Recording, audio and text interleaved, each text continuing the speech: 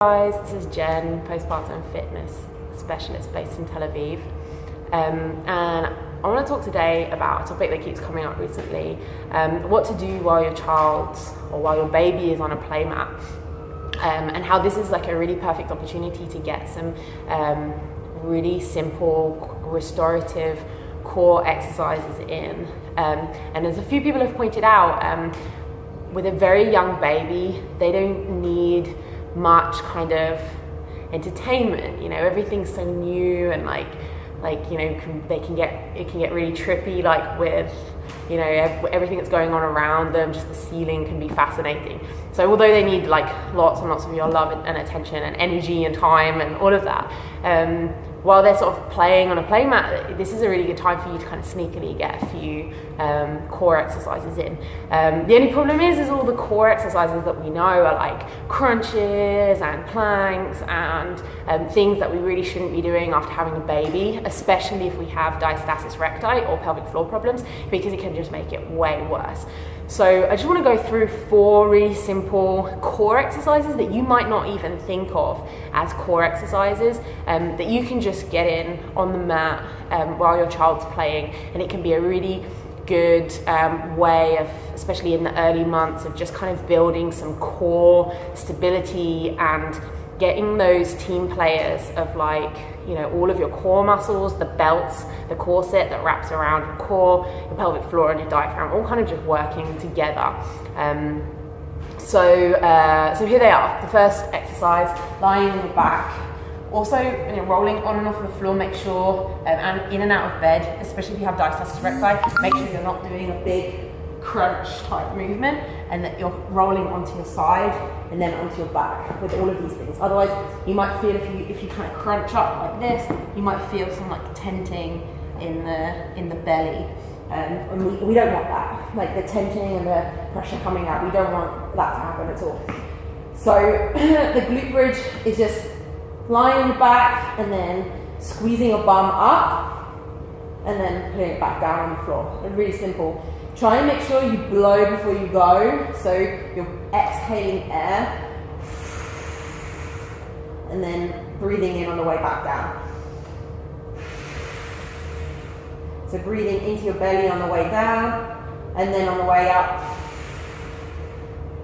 letting your belly come back in and squeezing your bum up. Second exercise is called a heel slide, and it may not feel like a core exercise at all. The idea of the glute bridge as well, just kind of like really try and feel the burn, try and get your glutes going, try and like really get them firing, because they can get pretty sleepy after we've had a baby, and it's not all about the core, it's also about other parts of the body too. So the heel slides are, again, lying from your side onto your belly, and then breathing into your belly, and as you breathe out, just straighten one leg out, hover it above the floor and bring it back in. Now, a few things about this move. What we're looking for is to keep the pelvis and the rib cage in perfect alignment and not let them come out of alignment. So not like really arching your back. What happens with a lot of people is they'll go like this. So we're trying to avoid that kind of sliding down the floor. We want to kind of keep everything completely still as we go through the exercise. Also, in a lot of exercises, we get told to constantly push our lower back into the floor and like tuck our pelvis. Continue doing that. I disagree with this cue, because by doing this, you're tucking your pelvis and you're taking your rib cage and your pelvis out of alignment, which we don't want. We want that gentle curve in the lower spine, and we want the rib cage and the pelvis parallel, and then we maintain that through this movement. So your core is really working to stabilize the trunk in this position throughout the movement. Then we're moving onto all fours, and we're going to do a cat camel, which isn't really a core exercise at all. It's just it's used a lot in yoga, and it's just a really great way of like mobilizing the spine and getting everything moving.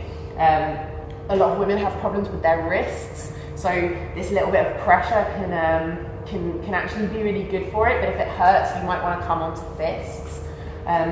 If you are on wrists and you just want to like tilt your head back, stick your bum out, and then tuck under. I like to time this with the breath, so breathing out as you tuck your head under, and then lifting your head up.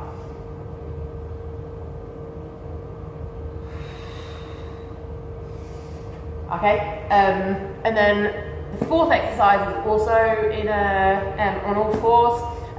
It's called a bird dog. Don't ask me where they get all these names from, but that's what it's called. So in this, we want everything like hands under your shoulders, knees under your hips. And we're just going to start with the hands and sending the hands forward. And what we're trying to do is we're trying not to shift our weight. So we're trying not to move like this. We're trying to keep everything else stable and just move the hands. Okay, and then once we've done sort of 10 of those on each side, then we can move to the legs, straighten one leg out and then the other. And again, we don't want to be shifting all of our weight onto one side and then onto the other. We want to keep everything nice and still, or as much so as possible. And again, breathing out as you straighten your leg out. And then we go opposite arm and opposite leg. So we lift the right arm and left leg out. We try to keep that nice and stable. You might feel a little bit wobbly here, but that's okay. That's the core working. And then the other side, and just keep switching over. Trying not to shift your weight over, and try and breathe out as you straighten your arm and leg. So.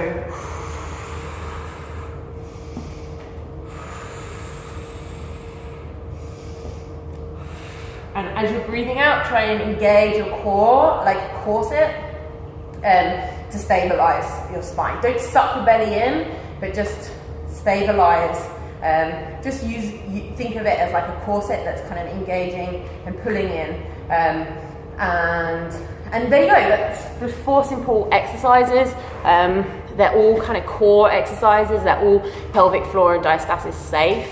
And really simple. Again, it's not a workout that's going to like get your heart rate up and get you sweating and burn off the pounds, but that's not all postpartum fitness is about. It's also just about restoring the core and bringing correct alignment and correct breathing mechanics into our postpartum body. So I hope you found this helpful. Just do as much or as little as you want to do, 20 reps of each. And if you've got a few minutes to kill, you might just do one set. If you have lots of time, you might do lots and lots and lots of sets. This is a really great way of just kind of starting to get some really gentle exercise in early on. So I hope that was helpful. Let me know what you think. Post in the comments below, and that's it. Thanks. Bye.